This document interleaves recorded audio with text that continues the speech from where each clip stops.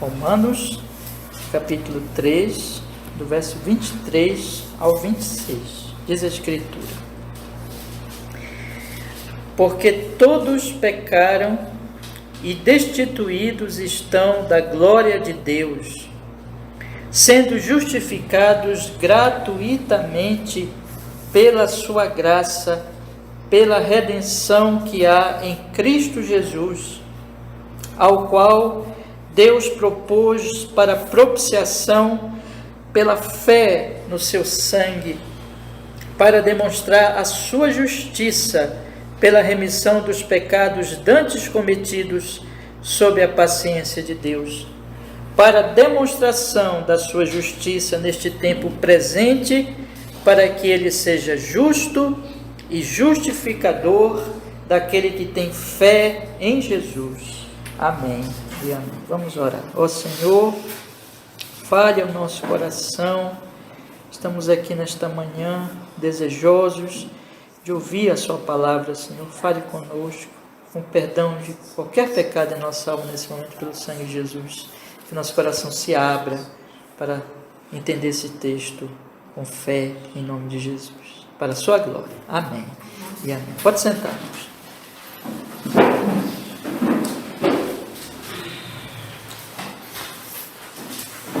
Versículo 23, irmãos, ele coloca para nós a questão mais importante de toda a existência. Quando diz assim: todos pecaram e destituídos estão da glória de Deus. A palavra de Deus coloca que o pecado é uma coisa assim mais universal que existe, não é? É algo que atingiu todos sem exceção. Então todos são pecadores e todos estão destituídos da glória de Deus. Ou seja, isso aqui pode significar tanto que, porque é isso que Paulo já vinha falando no início da carta aos Romanos, quando ele diz assim, que os homens não glorificaram a Deus, ou seja, e o pecado é o quê? É desobedecer a Deus, é não amar a Deus, não adorar a Deus, de maneira que os homens vivem não para a glória de Deus, mas para os seus ídolos, ou seja, eles estão numa situação completamente errada. Todos, sem exceção, todos estão assim. Pecam, desonram a Deus, não glorificam a Ele. Isso pode significar exatamente isso que eu estou lhes dizendo agora, mas pode também significar, e eu acho que os dois sentidos não se excluem, mas podem estar na mente de Paulo os dois pensamentos. Pode também significar que os homens, devido aos seus pecados, mancharam a sua própria imagem. Porque você lembra que Gênesis diz: o homem foi criado à imagem e semelhança de Deus, ou seja, as coisas se completam. Os homens vivem, estão aqui para expressar Deus, para viver de tal maneira que Deus seja conhecido por eles. Isso acontece quando eles amam a Deus, quando eles obedecem a Deus, quando eles vivem para a glória de Deus. Mas o pecado mancha isso, de maneira que, ainda que esteja neles, eles não perderam completamente a imagem de Deus, mas eles foram depravados. E eles agora, vocês olham assim, é como um certo autor coloca, é como se você entrasse num palácio destruído. Aí você olha aquele palácio destruído, as paredes destruídas, imundo, tudo cheio de lixo, sujeira. Aí você pensa assim: um dia esse palácio, ele foi lindo, ele foi maravilhoso. Assim é o homem. O homem foi criado para ser lindo, para expressar a glória de Deus, para amar a Deus, para viver para Deus, mas o homem se tornou depravado. O homem se tornou o que ele é hoje, que nós vemos na maldade, na perversidade, e até a aparência dele também vai piorando com o tempo. Se é jovem hoje, mas amanhã se envelhece e vai para o pó. O homem perdeu a imagem e a semelhança de Deus. O homem, ele está numa situação em que o destino dele, o final dele, é a condenação eterna, justa condenação eterna. A palavra de Deus então vai dizer que o homem é pecador, e ele então tem culpa diante de Deus. tem culpa diante de Deus, ele é culpado. Existe um Deus criador, provedor, que mantém todas as coisas, que o apóstolo Paulo diz, por exemplo, que nós estamos respirando agora por causa dele. Você põe o ar para dentro, é ele que está te dando o ar, ele que te dá os pulmões, ele que te dá todo o sistema, ele que dá a atmosfera, nós respiramos por ele. O pãozinho que nós comemos ainda agora no café da manhã aqui reunidos, o café, tudo é ele que dá. Ele dá força, ele dá vida para nós, dá o trabalho, dá os talentos, dá tudo. Mas esse homem, ele odeia esse Deus que é bom, que é santo, que é justo. Então ele odeia esse Deus, e esse Deus que é bom e justo, exatamente na sua justiça, vai condenar esse homem, vai chamar esse homem no dia do juízo para a prestação de contas. E agora, o que fazer? O homem sente isso, o homem sente que ele é culpado, o homem tem medo de Deus, as pessoas têm medo de Deus, é por isso que as pessoas criam ídolos, elas criam ídolos de acordo com seus pecados. Elas não gostam do Deus da Bíblia, porque o Deus da Bíblia é santo, santíssimo, 3 vezes santo. E elas fogem de Deus. Quando Adão, ele pecou no paraíso, a primeira coisa que ele fez foi se esconder de Deus. Ele não tinha medo de Deus antes, mas agora ele passou a ter medo de Deus, pavor de Deus. Existe no homem o senso de que há um Deus, de que ele é pecador. Existe no homem um senso de que haverá um juízo final. As pessoas têm medo da morte, têm medo do que virá depois. As pessoas, por mais que neguem isso, elas têm esse senso de Deus. E aí, irmãos, quando a lei de Deus é pregada, é ensinada, quando o homem, então, isso já é uma realidade pela própria consciência do homem, mas quando a lei de Deus é anunciada, os 10 mandamentos, aí então que a coisa piora, porque os homens sentem que eles são extremamente culpados diante de Deus. Eles não têm a glória de Deus mais, eles não vivem para a glória de Deus, eles estão destituídos da glória de Deus, e esse Deus eles terão que encarar um dia, no dia do juízo. O que fazer? Essa é a grande questão.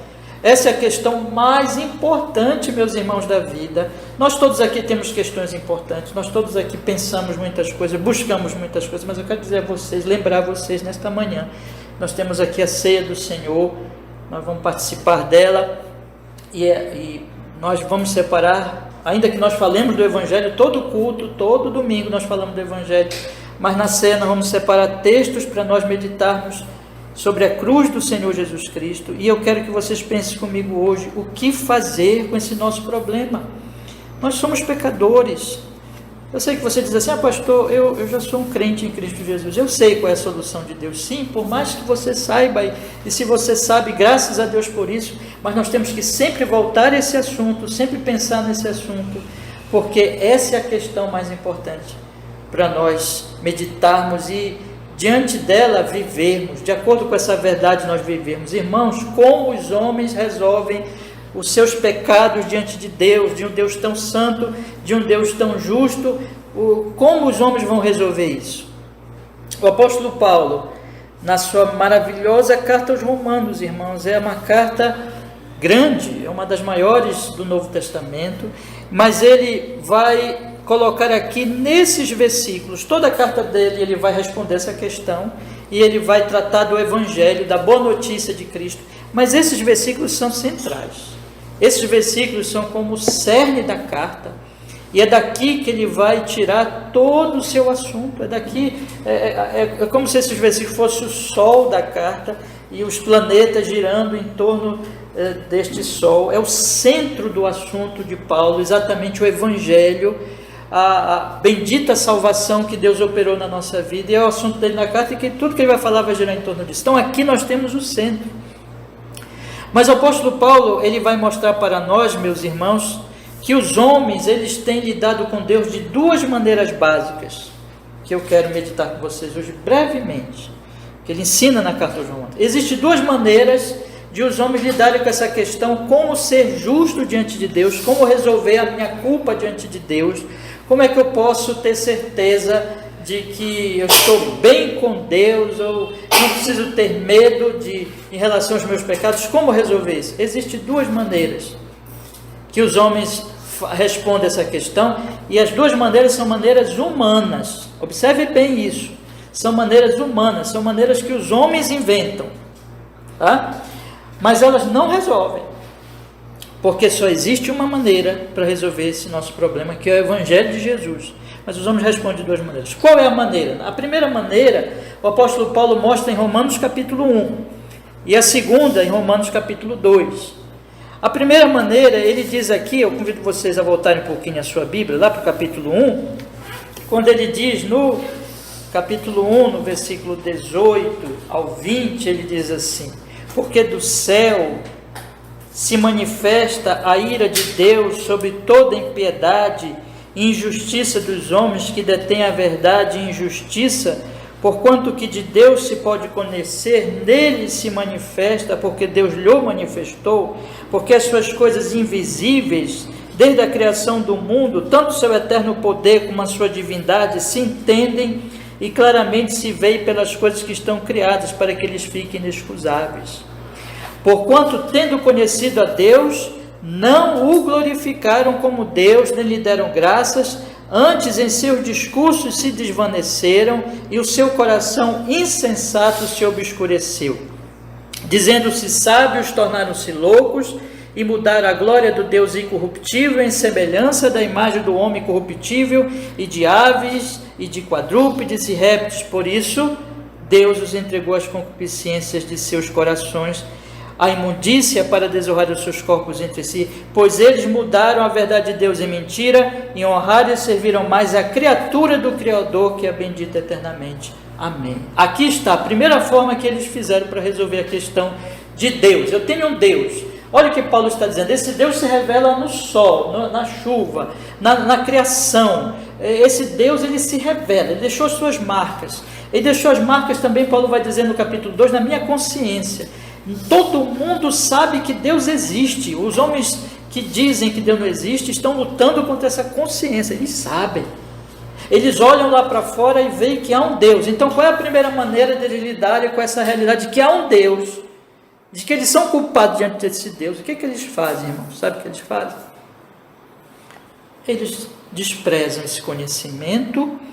Eles, como Paulo diz aqui, eles detêm a verdade pela injustiça. Eles afogam a verdade e eles então criam ídolos, e eles vão viver para esses ídolos toda a sua vida. Como Paulo vai dizer aqui, eles, em vez de adorarem, honrarem o Criador, que é bendito eternamente, eles vão adorar a criatura. É o mundo de hoje. São homens e mulheres, jovens de meia idade, idosos hoje, que nem pensam em Deus. Podemos aplicar para essa situação, que não vão nem mesmo numa igreja, não pensam em Deus, não pensam nessas coisas, vivem para o seu dinheiro, vivem para os seus ídolos, vivem para os seus negócios, vivem para as suas famílias, vivem para tudo, adoram ídolos, mas Deus não está nos seus pensamentos. Eles vivem para este mundo, para os seus ídolos criados por si. Essa é uma maneira. E de onde vem isso, irmãos? Paulo diz aqui que isso vem, meus irmãos, quando eles, versículo 22, dizendo-se sábios, tornam-se loucos. Eles se acham sábios. Eles se acham os grandões, inteligentões, super-homens e mulheres que sabem tudo e que não precisam de Deus e que podem tomar conta das suas vidas e que criam, então, é a Babilônia. Lembra a Babilônia? Lembra Babel? Vamos fazer uma torre para que o nosso nome não desapareça. É o mundo que diz assim: nós não precisamos de Deus, nós vamos criar os nossos deuses e Deus não quer saber. Para nós ele não é importante. É o orgulho, os homens orgulhosos estão fazendo isso. É o secularismo, é o mundanismo dos nossos dias, é uma vida que desconsidera totalmente a Deus. Essa é a primeira maneira dos homens responderem. Evidentemente que isso não adianta. O apóstolo Paulo diz, meus irmãos, no versículo 32, acompanhe comigo, do mesmo capítulo, ele diz assim: os quais, conhecendo o juízo de Deus, que são dignos de morte o que tais coisas praticam, não somente as fazem, mas também se agradam dos que as fazem. O apóstolo Paulo diz que essa atitude leva-os a uma degradação moral. Eles vão se piorando, eles vão caindo em pecados cada vez mais terríveis, pecados em todas as áreas, se tornando pessoas cada vez mais maldosas e perversas com seus semelhantes. E Paulo diz aqui, eles sabem que o juízo vem, mas eles aplaudem os que vivem como eles vivem, mas não adianta, porque o juízo vem, porque um dia eles vão ter que lidar com isso. Os cemitérios, irmãos, são a pregação viva disso, que os homens que viveram para si mesmos têm que um dia encarar a morte, o juízo de Deus, que já começa ali na morte, mas ainda vem o juízo futuro, quando Deus ressuscitará os mortos para o grande dia do julgamento, como diz Apocalipse 20, 21. Então nós temos, meus irmãos, essa realidade. A segunda forma que os homens lidam com isso, com a questão da sua culpa e do seu pecado, está no capítulo 2, quando o apóstolo Paulo, ele diz aqui, irmãos, no versículo 17, acompanhe comigo agora, ele diz assim no versículo 17, eis que tu, que tens por sobrenome judeu, repousas na lei, e te glorias em Deus, e sabes a sua vontade, e aprovas as coisas excelentes, sendo instruído por lei, e confias que és guia de cegos, luz dos que estão em trevas, instrutor dos nécios, mestre de crianças, que tens a forma da ciência e da verdade na lei, tu, pois, que ensinas a outro, não te ensinas a ti mesmo? Tu que pregas que não se deve furtar, furtas? Tu que dizes que não se deve adulterar, adulteras? Tu que abominas os ídolos, cometes sacrilégio? Tu que te glorias na lei, desonra a Deus pela transgressão da lei, porque está escrito, o nome de Deus é blasfemado entre os gentios por causa de vós. Essa é a segunda maneira de lidar com o problema. O que é? É do judeu religioso. No capítulo 1, Paulo fala do pagão, que não quer nem saber de Deus, que se degrada moralmente e cria os seus ídolos. Mas no capítulo 2 ele fala do judeu. O judeu é diferente. O pagão, ele só tem a criação como revelação. O judeu tem a lei de Deus, eles têm Moisés, eles têm a Bíblia, eles têm o Antigo Testamento, e eles se orgulham disso. Eles dizem, nós temos a lei, nós somos guias dos cegos, Paulo diz. Eles são orgulhosos, nós somos melhores que esses gentios pagãos, esses imorais. Nós somos pessoas de Deus, nós temos a lei de Deus, nós seguimos os mandamentos. É o religioso, irmãos. A segunda forma que os homens reagem diante da grande questão, como eu posso me tornar justo diante de Deus, como eu posso resolver meu problema diante de Deus, é se tornar um religioso, uma pessoa cheia de justiça própria, cheia de arrogância religiosa, que se sente santarrão, que se esforça para obedecer às leis e às regras da sua religião. Mas Paulo diz aqui, ele está cheio de orgulho, ele se gloria.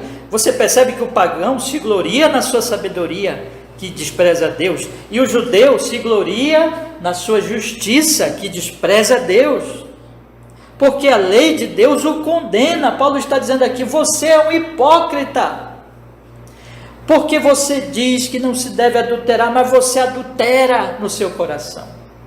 Porque você diz aqui, irmãos, que no versículo 21, tu, pois, que ensinas a outro, não te ensinas a ti? Tu que pregas que não se deve furtar, furta. Tu que dizes que não se deve adulterar, adulteras. Tu que abominas os ídolos, tu cometes sacrilégio. Tu és um hipócrita. São os falsos cristãos do nosso tempo, meus irmãos. Eu disse para vocês que hoje se aplica esses dois meios se aplica no secularismo. O primeiro meio, pessoas que nem vão na igreja, não querem saber de igreja, se declaram muitas vezes ateias, dizem que eu não acredito em Deus, eu não acredito em cristianismo. Esse é o primeiro grupo. Mas o segundo grupo são dos santarrões, são dos cristãos santarrões, são daqueles que, não importa qual é o grupo, qual é a denominação, tem em todo lugar essa gente se sente santa em si mesmo, essa gente é legalista, essa gente acredita que eles são santos em si mesmos. Mas Paulo está dizendo aqui, hipócrita, legalista, a lei te condena, A lei mostra que tu não és nada disso que tu dizes ser. Meus irmãos, essas são as duas maneiras que não resolvem nada. Porque na primeira forma, o juízo vem. Na segunda forma, a lei condena. O que fazer diante disso? A salvação, ela vem de Deus. Veja, essas duas formas são humanas. Ou os humanos não pensam em Deus, se tornam ateus ou seculares, ou pessoas que não estão nem aí mesmo para a religião, ou os humanos se tornam justos aos seus próprios olhos, cheios de religião, cheios de legalismo. Isso não adianta. As duas formas é o orgulho humano. O que Deus faz para nos salvar? A salvação vem do Senhor. Vocês viram que nós lemos lá em Esther? No livro de Esther, você não vai encontrar a palavra Deus no livro de Esther. Mas Deus está por lá, agindo o tempo todo. E Deus, lá no capítulo 3, através de Mardoqueu, capítulo 4, né, que nós lemos hoje, Deus diz assim, através de Mardoqueu. Mardoqueu mandou um recado para Esther. Olha, Esther, Deus vai salvar o seu povo. Se tu não salvares, tem problema, Deus vai salvar. Porque a salvação, na verdade, não vem por ti. A salvação vem de quem? De Deus. Quem sabe tu não serás um instrumento dele, mas não é tu que salva, não. Quem salva é Deus. Você lembra que ele fala lá naquele versículo?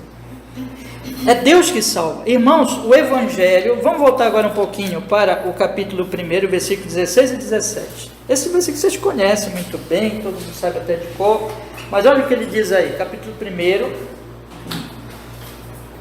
versículo 16 e 17.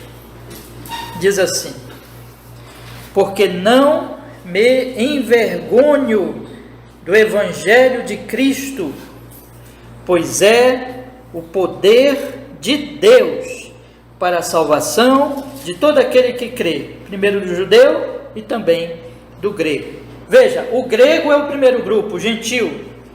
O judeu é o segundo grupo. O grego é aquele que acredita na sua sabedoria. O judeu é aquele que acredita na sua justiça legal. Paulo está dizendo aqui que o Evangelho não vem nem de um nem de outro. O Evangelho é o poder de Deus. A boa notícia em Cristo Jesus, a salvação em Cristo Jesus é o poder de Deus para a salvação deles, seja de judeu, seja de grego. A salvação vem de Deus. Como é que vem de Deus, irmãos? Aí esses versículos que nós lemos, meus queridos irmãos. Vamos olhar aqui o versículo 23 do capítulo 3. Vamos agora meditar rapidamente. Eu não vou me deter, não vou fazer uma exposição detalhada, mas eu quero pensar com vocês rapidamente no ensino desses versículos. Capítulo 3, versículo 23, que diz assim: todos pecaram e destituídos estão da glória de Deus. Essa é a situação. Aí nós vimos o quê? Que o judeu não pode fazer isso pelo seu método, porque a lei condena ele mostra que ele é um hipócrita. O gentil não pode resolver isso pelo seu método, porque por mais que ele esqueça de Deus e ele diga que não há um juízo, ele cria um monte de ídolos e se degrade moralmente, há um juízo. Então, o que Deus faz para resolver, irmãos? Versículo 24. Sendo justificados gratuitamente pela sua graça, pela redenção que é em Cristo Jesus. Ele está dizendo assim, meus queridos irmãos, que Deus, ele salva pela graça. Olha que coisa importante. 2 vezes ele fala graça. Ele fala gratuitamente pela sua graça. É como se ele quisesse mesmo enfatizar, olha, é graça, graça de Deus. O que significa graça de Deus? É isso mesmo, graça mesmo. É como se eu chegasse aqui para vocês e pegasse alguma coisa e dissesse assim, olha, é de graça. É só você acreditar que é de graça. É só você pegar e levar. É grátis, é de graça.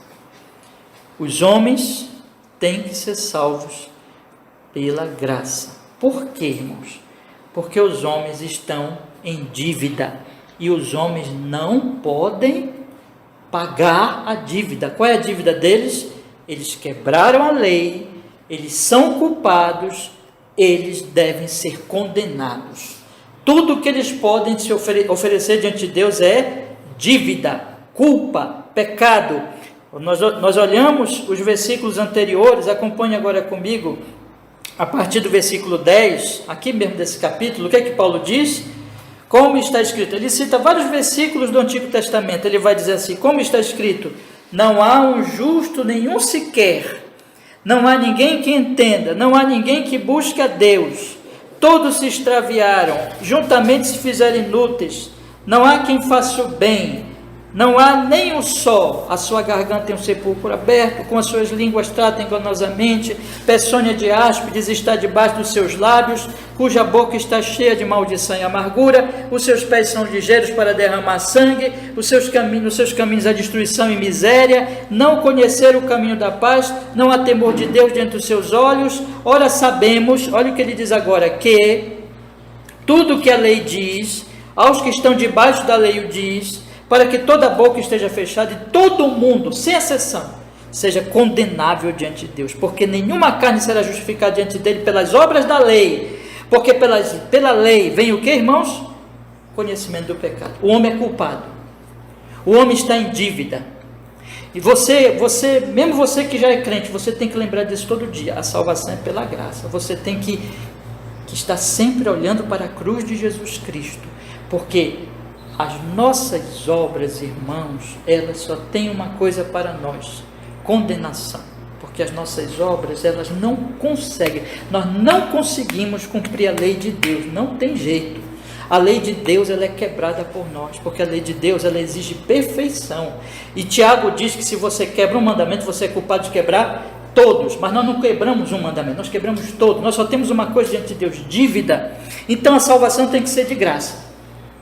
Mas como é que Deus faz isso? Porque se Deus simplesmente disser assim, olha, está tudo bem, eu não vou me importar mais com o pecado de vocês, eu vou levar todo mundo para o céu de graça, Deus estaria sendo contra a sua justiça. Porque você já pensou um juiz que tem lá um assassino de uma criança, e o juiz diz assim, está tudo bem, vai para a tua casa, eu vou te perdoar. Esse juiz é justo? Não. Deus é justo. O livro de Provérbios diz que o juiz injusto deixa para lá o crime. Deus não vai deixar para lá o crime. Ou Deus nos condena, ou Deus tem que achar uma maneira justa de nos salvar. E Ele achou. É o Evangelho. Olha o que Paulo diz aqui. É de graça, mas como? Vamos ler de novo o versículo 24? Olha o que diz o versículo 24. Sendo justificados, ou seja, feitos justos, considerados justos, gratuitamente pela sua graça, como? Como que Deus faz isso? Pela redenção que é em Cristo Jesus. Redenção é uma palavrinha que se refere a uma pessoa que está escrava, e ela é redimida, ou seja, ela é liberta da escravidão. A palavra de Deus está apontando aqui que um preço foi pago pela nossa redenção. Um preço foi pago pela nossa salvação. Mas esse preço não podia ser pago por nós, porque nós só temos uma coisa, dívida. Eu não posso pagar. Então o que Deus faz? Deus nos redime em Cristo Jesus. Em Cristo Jesus. No versículo 25 ele continua explicando, dizendo assim, ao qual, ou seja, Cristo Jesus, Deus propôs para propiciação pela fé no seu sangue, para demonstrar a justiça de Deus pela remissão dos pecados dantes cometidos sob a paciência de Deus. Deixa eu explicar aqui rapidamente. Ele está dizendo assim, como é que ele nos redime? Ele nos redime, ele vai usar outra palavra agora, propiciação. Propiciação se refere, meus irmãos, ao propiciatório. O propiciatório era a tampa do tabernáculo, que ficava no santo lugar, no mais santo lugar, no santo dos santos. E naquela tampa era aspergido o sangue do cordeiro da expiação, uma vez por ano pelo sumo sacerdote, para que o povo não morresse. Uma vez por ano, o pecado deles, de toda a nação, era expiado, um animal era morto, e esse sangue era jogado no propiciatório. Isso se refere ao seguinte, que quando esse sangue cai lá, Deus está sendo propiciado. Deus é justo, Deus está irado contra nós, a ira de Deus é justa. Paulo diz em Romanos capítulo 1 que a ira do céu se levanta contra toda injustiça dos homens. Esse Deus irado que Adão fugiu lá no jardim, esse Deus irado que a gente tem medo, mas esse Deus irado diz assim: eu vou ser apaziguado na minha ira, e eu vou receber vocês, se outro morrer por vocês. E quem é que morre por vocês, no lugar de vocês? O meu próprio filho. Lembra de João 3,16? Deus amou o mundo de tal maneira que deu seu Filho unigênito, para que todo aquele que nele crê não pereça. O próprio Deus justíssimo nos amou e deu o Filho para resolver o problema da ira dele mesmo, da justiça dele mesmo. E esse Filho veio, nasceu um bebezinho, meus queridos irmãos, um bebezinho como vocês nasceram no dia da mãezinha de vocês, só que um bebezinho santo, e não como eu e vocês que já nascemos pecadores, mas o bebezinho que foi gerado pelo Espírito Santo no ventre de uma virgem, portanto preservado da contaminação do pecado de Adão, e viveu nesse mundo. Eu gosto de que uma vez eu ouvi um pastor que vocês também conhecem, já pregou aqui entre nós há muito tempo, que dizia assim, quando Jesus era um bebezinho, ele nunca deu um tapinha no rosto da mãe dele, ele nunca foi mal criado, ele nunca pecou,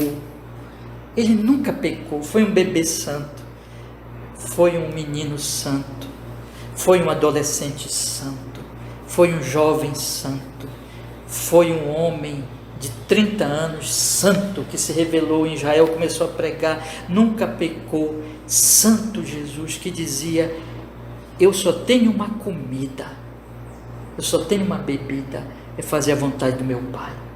Esse que é Deus, 100% homem, se encarnou, se revestiu da humanidade para viver uma vida santa que eu e você nunca vivemos e nunca viveríamos, e para morrer, não pelos pecados dele, mas pelos nossos pecados. Ele, Paulo diz aqui, olha a linguagem de Paulo no versículo 25, ao qual Deus propôs para propiciação pela fé no seu sangue. Sabe aquele cordeiro que era morto e jogado o sangue dele no propiciatório? Esse cordeiro, João vai dizer, eis o cordeiro de Deus que tira o pecado do mundo. Aquele cordeiro da Páscoa, do dia da expiação e também da Páscoa, vocês conhecem a história da Páscoa, que o sangue era colocado na verga das portas, apontava para o sangue de Jesus, para o sacrifício de Jesus. Então, quando Jesus estava lá naquela cruz, irmãos, pendurado, morrendo, estava caindo sobre ele a ira de Deus, que é para nós no inferno, no juízo e no inferno, caiu sobre ele, irmãos, de maneira que agora, Paulo diz aqui, que todo aquele que crê, porque é pela fé, todo aquele que diz assim, eu creio em Jesus, naquele mesmo momento que ele crê, ele é o que, irmãos? Justificado. Irmãos, acabou, zerou a culpa, não tem mais culpa, não tem mais pecado, porque Deus vai olhar, e Deus vai olhar para esse crente, por meio do seu Filho, por meio do sangue daquele que é a propiciação, aquele que apaziguou a Deus, aquele que pacificou Deus conosco, porque ele diz assim, está aqui, Pai, eu fui enviado por Ti para morrer por eles, para morrer no lugar deles, e eu sou santo, o meu sangue tem valor, a minha morte tem valor, já está pago, e é assim que Deus resolve. O apóstolo Paulo continua dizendo, então, pela remissão dos pecados cometidos sob a paciência de Deus, ou seja, os pecados anteriores, os pecados dos judeus do Antigo Testamento, antes de Jesus vir, eles foram perdoados. Deus teve paciência porque Deus traria Jesus. Os crentes do Antigo Testamento foram salvos também assim, irmãos. Ele está dizendo aqui que ninguém é salvo por sua obra, por sua justiça, porque a nossa justiça não é nada, é injustiça. Nós somos salvos pelo sangue de Jesus. Aí ele diz agora no versículo 26, é o último versículo que nós vamos meditar hoje, eu só quero concluir com o 27, para a gente fechar.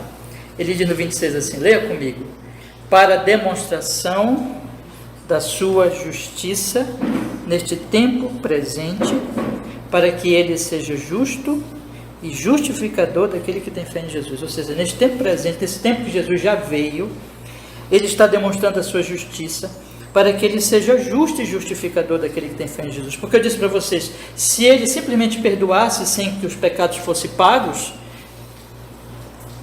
digo isso com reverência, ele seria injusto. Deus nos livre de pensar que Deus é injusto. Não, ele é justo, mas ele então é o justificador, ou seja, é Deus que nos justifica, é Deus que nos salva, mas ele faz isso de maneira justa. Ele é o justo e o justificador. É ele que nos justifica, mas ele faz isso como justo. Por quê? Porque não é de qualquer jeito. Jesus pagou a dívida. Jesus morreu. Para Jesus foi alto o preço. Tinha até um hino antigo que eu ouvia na minha adolescência. Não sei se eu vou lembrar agora. Eu sei que foi pago um alto preço. Então, para ele foi um altíssimo preço. Mas para você, para mim, é o quê? Grátis. Graça. Ah, meus irmãos, eu quero que vocês pensem nisso nessa manhã. E às vezes a gente crente vai esquecendo. Não podemos esquecer disso, irmãos. Nós temos que lembrar que Jesus veio nos salvar. E de que é graça de Deus. Então nós temos 3 métodos de salvação, que eu falei nessa manhã. O primeiro, o pagão orgulhoso, que confia na sua sabedoria, mas que vai ter que encarar o juízo, e que abandona Deus. O secular, o ateu, aquela pessoa que você conhece que não vai nem a uma igreja, nem quer saber, é desse tipo. Segundo lugar, é o religioso, é aquele santarrão que você conhece, mas você sabe que ele é um hipócrita, ele é um legalista, é o santarrão. Em terceiro lugar, é o evangelho da graça, daquele que sabe, eu não posso me salvar, eu sou um pecador terrível, mas eu confio em Jesus para a minha salvação. Entendeu? De graça. No momento que ele crê, ele é salvo. Eu quero perguntar para vocês aqui. Quem desses 3 é você? Pense nisso. Se alguém aqui entrando, você talvez diga assim, pastor, mas nós somos todos crentes. Mas nós estamos falando aqui do legalista religioso hipócrita. E talvez tenha alguém assim entre nós. Se há alguém assim entre nós, olhe para Jesus nessa manhã. Porque a salvação, creia nele, porque a salvação é pela graça. Não seja um que despreze Deus, não seja um religioso hipócrita, seja um crente em Jesus. E aí, irmãos, qual é o resultado da salvação pela graça? Veja o versículo 27. Onde está logo a jactância, a vanglória? É excluída por qual lei das obras? Não, mas pela lei da fé. Concluímos, pois, que o homem é justificado pela fé sem as obras da lei. A jactância, a vanglória, o orgulho daquele judeu orgulhoso é destruída. Por quê? Porque não é pelas obras, é pela fé. A fé é isso, eu compro um presente e você não pagou nada e eu te dou, e você crê que é seu, e você diz obrigado, eu recebo. A fé é a mão vazia, recebendo de graça a justificação em Cristo Jesus. Isso é a fé, é a confiança na obra de Cristo Jesus. Portanto, acaba o orgulho, sabe o judeu orgulhoso, o religioso orgulhoso, não, mas eu sou bonzão. Acaba, porque é graça. Acaba também o orgulho do secular, do ateu, que se sente muito sábio, porque agora ele entende, ele só merece o juízo, mas ele recebe o quê? De graça a salvação. Eu quero encerrar, meus irmãos, fazendo uma aplicação agora para nós, mais para nós cristãos. Tem um pastor que, especialmente eu tenho lido mais nos últimos tempos, um teólogo cristão, que possivelmente vocês já ouviram falar nele, o Tim Keller, que eu recomendo os seus livros, são muito bons. E o Tim Keller tem uma frase dele que ele diz assim: nós temos uma espécie de vírus, o vírus do legalismo, mesmo nós crentes. É muito importante você meditar que a salvação é pela graça do início ao fim, porque às vezes nós queremos, quando nós começamos a viver a vida cristã, nós começamos a voltar para o legalismo. E começamos a esquecer que é pela graça. E a pessoa então fica querendo agradar a Deus pela sua própria força. E ela fica, quando ela faz uma coisa boa, ela se orgulha. Quando ela faz uma coisa ruim, ela cai numa tristeza. Isso não é a forma correta, irmãos, de encarar a nossa santificação. Como é que a santificação funciona? A santificação funciona na gratidão. Eu já fui salvo lá no início, não é aqui não, é no início. Eu já fui justificado no início. A santificação, ela é para toda a vida. Eu não vou ser justificado aqui quando eu tiver quitado tudinho, eu for santinho e tudo, porque eu nunca vou ser perfeito. A justificação é no início, para mostrar assim, aqui Paulo diz, Deus teve paciência com os pecados cometidos anteriormente, porque não é pela minha santidade, não é pela minha justiça, mas é pelo sangue de Jesus. Então, eu já estou salvo, eu já estou justificado, nunca esqueça disso, meu irmão. Então, você deve viver no pecado? 1000 vezes não, você não deve viver no pecado, você deve obedecer, mas você não deve obedecer para ser salvo, porque você já está salvo, você deve obedecer porque, aqui está a palavra, gratidão, louvor, amor a Deus, é isso, gente, é tão de... Você olha para um legalista, ele é raivoso, ele é hipócrita, ele se acha bonzão, ou às vezes ele está assim, todo cabisbaixo porque ele fez alguma coisa, é um legalista.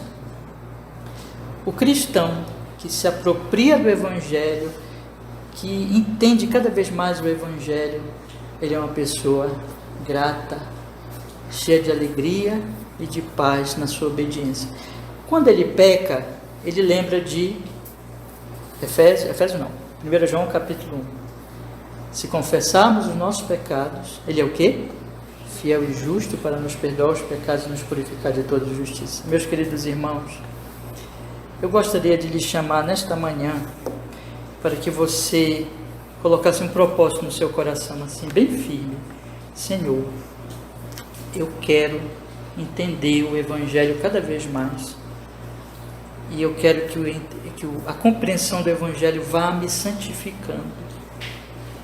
Quanto mais você entende o amor de Deus e a graça de Deus, mais você ama a Deus e se deleita em Deus, e mais você é santo, e mais você obedece a Deus. É assim que funciona, gente, entendeu?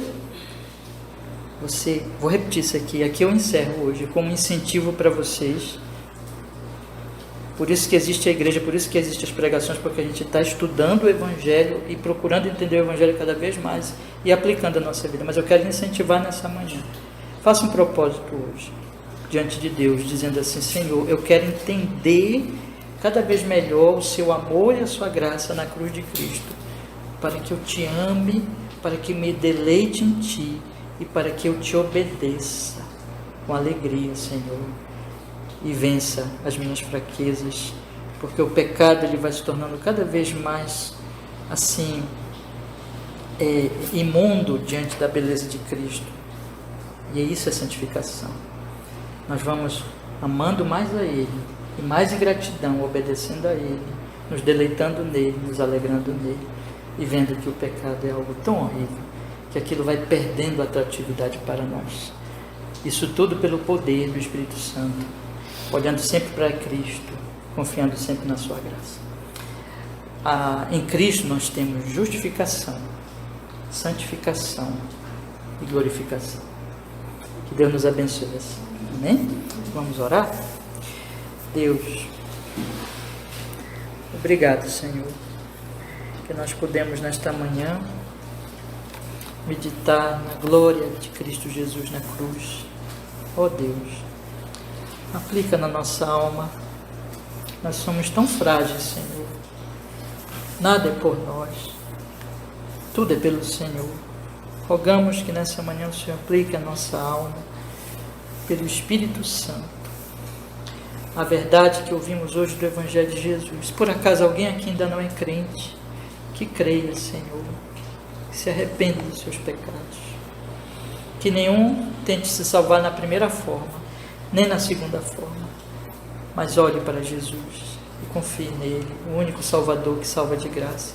E aos que já são crentes, Senhor, nós que já somos crentes, pedimos que nós possamos entender cada vez mais o amor e a graça do Senhor no Evangelho, para que nós possamos então, Senhor Deus Todo-Poderoso, nos deleitar em Ti, Te obedecer e nos tornarmos mais e mais santos no Senhor Jesus. Nós oramos assim: Deus nos abençoa, nos santifique, nos fortaleça, em nome de Jesus. Amém.